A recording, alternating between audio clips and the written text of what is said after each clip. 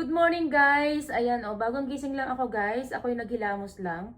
Tapos, chinecheck ko yung aking face kung anong nangyari. Kasi galing ako sa medicine sa kahapon, sa aking pagpapagamot.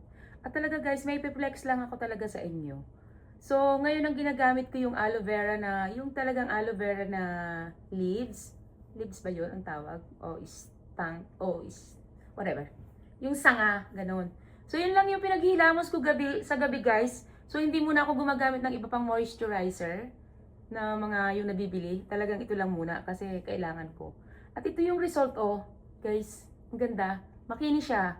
Wala akong lipstick, guys, kasi nandito pa ako sa higaan ko. Pero naghilamos lang ako. Dito ako natulog sa salas ngayon kasi, iniwasan kong magsuka kagabi.